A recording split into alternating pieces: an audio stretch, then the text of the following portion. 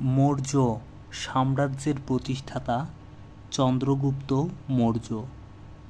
প্রাচীন ভারতের সর্বপ্রথম সর্বভারতীয় সম্রাট চন্দ্রগুপ্ত মৌর্য।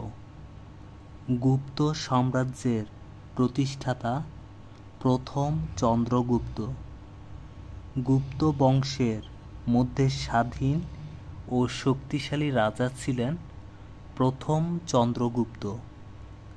গুপ্ত বংশের শ্রেষ্ঠ রাজা সমুদ্রগুপ্ত। শশাঙ্কের রাজধানী ছিল কর্ণসুবর্ণ। পাল ও সেন শাসন। পাল রাজারা যে ধর্মাবলম্বী ছিলেন বৌদ্ধ।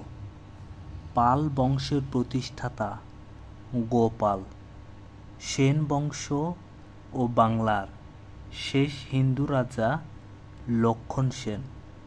কৈলিন্য প্রথার প্রবর্তক বল্লাল সেন।